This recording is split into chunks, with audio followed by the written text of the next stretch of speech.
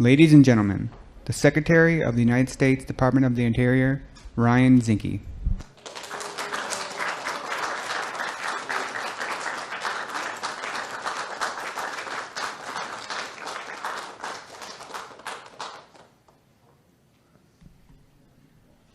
Well, great to be with you all today. And on behalf of the Western states and communities, I am honored and deeply humbled to welcome the President of the United States, Donald J. Trump, Vice President Mike Pence, esteemed members of Congress, and the governors to the Department of Interior today. I can tell you, as a kid who grew up in the West, right next to Glacier Park, today's executive order to review the Antiquities Act is long overdue. As Secretary, I am the stewards of America's greatest treasures. And being a good steward is also being a good neighbor and listening to the American people who we represent. Mr. President, thank you once again for fulfilling your campaign promise to give a voice to our local communities and states. Let's be clear. The Antiquities Act grants the President the authority to declare historic landmarks, historic and prehistoric structures, and other objects of historic or scientific interest. To be sure, the Antiquities Act has been an effective tool for preserving some of our greatest treasures for our generations to come. The Act also specifies in law the President to designate the smallest area compatible with proper care and management of the objects to be protected. Despite this clear directive, smallest area has too often become the exception rather than the rule. As an example, Teddy Roosevelt, a president that I deeply admire. His first monument, the Devil's Tower in Wyoming, was about 1,200 acres. Yet, in recent years, we've seen single monuments span tens of millions of acres. In some cases, monument designations have placed public lands off limits for grazing, fishing, mining, multiple use, and even outdoor recreation. A reminder that's inscribed in Roosevelt's Arch at the Yellowstone National Park, our nation's first national park, for the benefit and enjoyment of the people. And that's our mission. But somewhere along the way, the Act has become a tool of political advocacy rather than public interest. And it's easy to see why designations, in some cases, are viewed negatively by those in local communities that are impacted the most. Let's be clear. This executive order does not remove any monuments. And this executive order does not weaken any environmental protections on any public lands. Under President Trump's leadership, I'm looking forward to working with and being an advocate for local, state, and tribal representation, and to review the designations and provide recommendations for action where appropriate. Thank you again, Mr. President and Mr. Vice President, for being here today and hearing the concerns of our American citizens. Now I'd like to turn it over to my friend, Vice President Mike Pence, a man of faith, conviction, courage, and a man who loves his country, and I think embodies the motto, duty, country, honor. Mr. Vice President.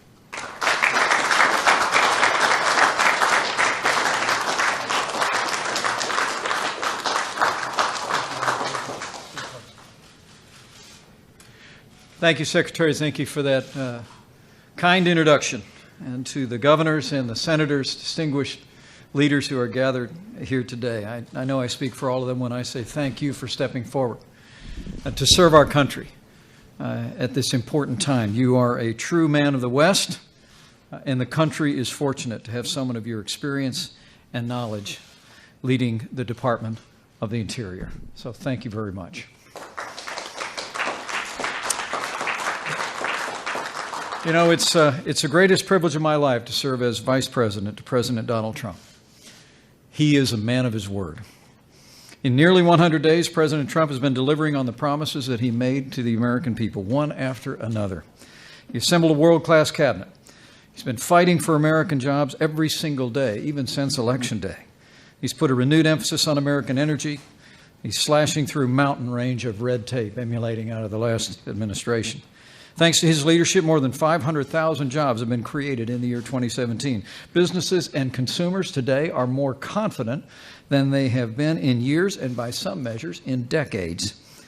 In Justice Neil Gorsuch, President Trump kept his promise to nominate to the Supreme Court a justice in the mold of the late and great Justice Antonin Scalia. He's securing our border, reducing illegal immigration, taking dangerous illegal criminals off of our streets.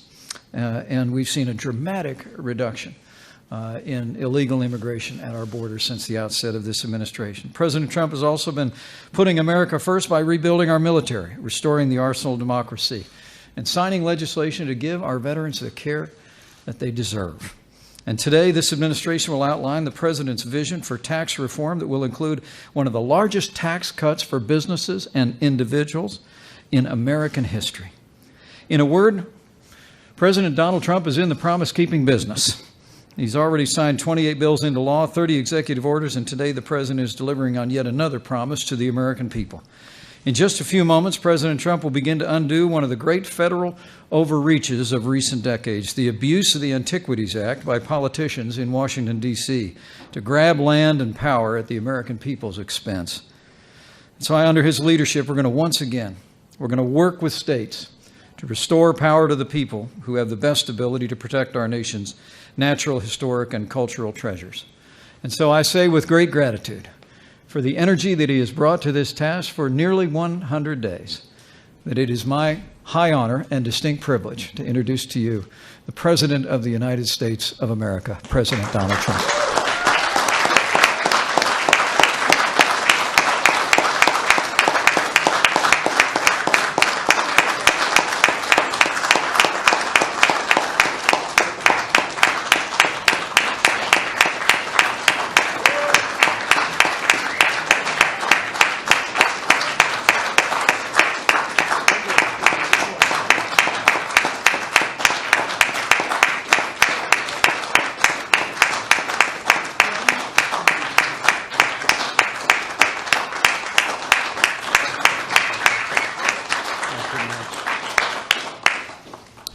Thank you, Mike. He's been a great vice president, a great help, and everybody loves Mike Pence. So I just want to thank you for your service. It's been incredible. It's a real pleasure to be at the Department of Interior, where you help preserve the splendor and the beauty of America's natural resources.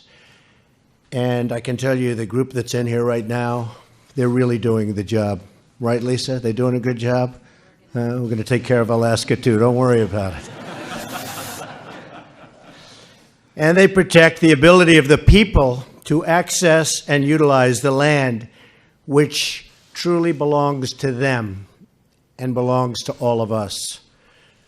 Secretary Ryan Zinke is doing an incredible job, and he never overlooks the details. He's a detailed person. Soon after he was confirmed, we had a snowstorm, big one, and he was out there on the steps of the Lincoln Memorial shoveling the snow all by himself. And he's a strong guy. He did a good job. He did a very, very good job, but we're proud of him.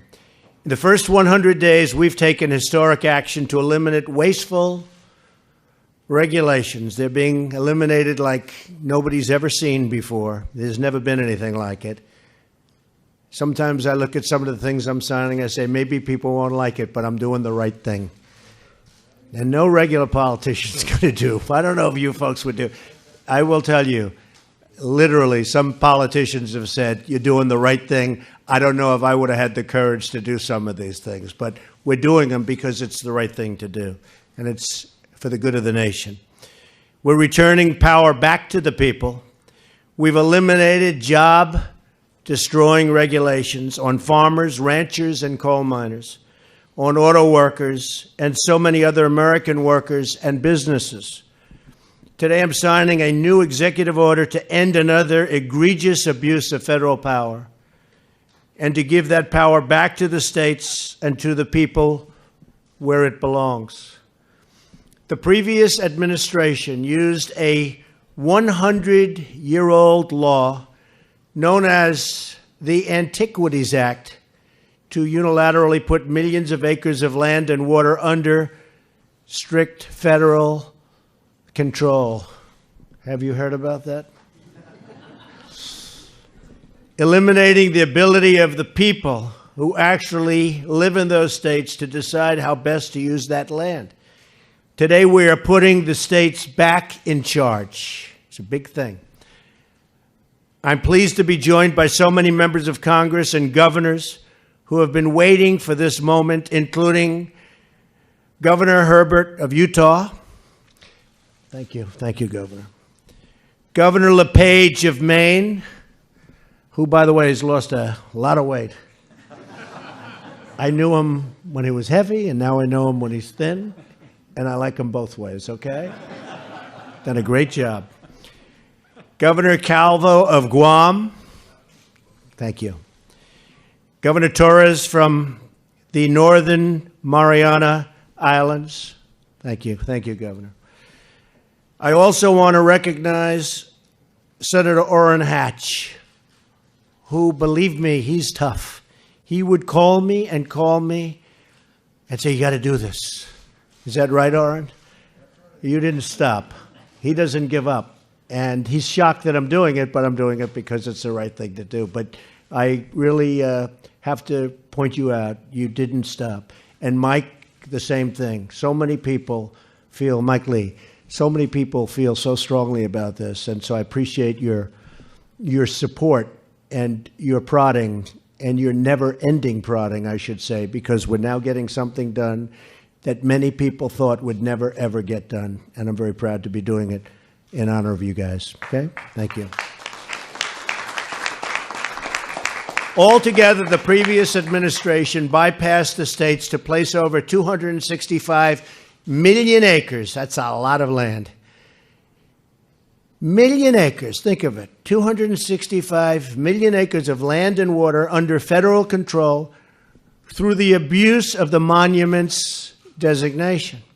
That's larger than the entire state of Texas.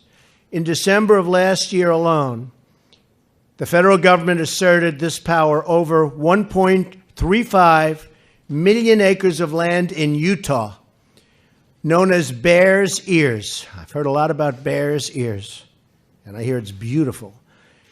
Over the profound objections of the citizens of Utah. The Antiquities Act does not give the federal government unlimited power to lock up millions of acres of land and water, and it's time we ended this abusive practice.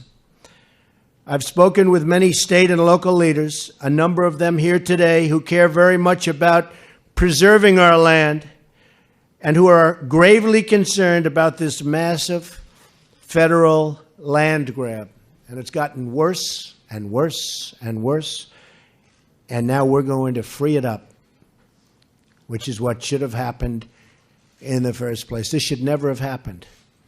That's why today I'm signing this order and directing Secretary Zinke to end these abuses and return control to the people of Utah, the people of all of the states, the people of the United States. Every day we are going to continue pushing ahead with our reform agenda to put the American people back in charge of their government and their lives. And again, I want to congratulate the Secretary. I want to congratulate Orrin and Mike and all of the people that worked so hard on bringing it to this point.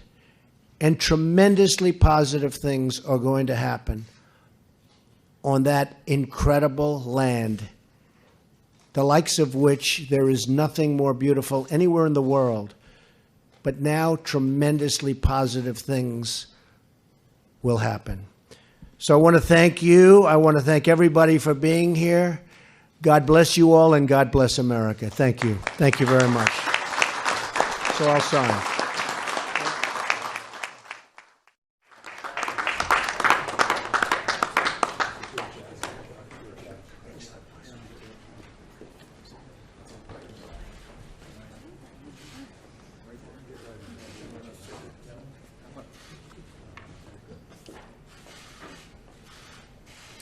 This is a big one. Sure is. You ready? I think we have to maybe give him the pen. What do you do? I would treasure it, I'll tell you that.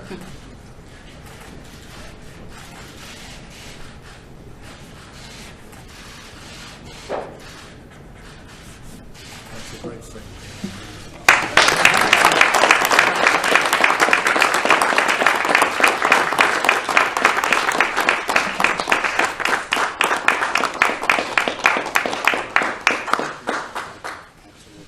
It's my honor. Thank you. Thank you, everybody. It's a great honor. Thank you. I'm never surprised by the Ninth Circuit. As I said, we'll see him in the Supreme Court.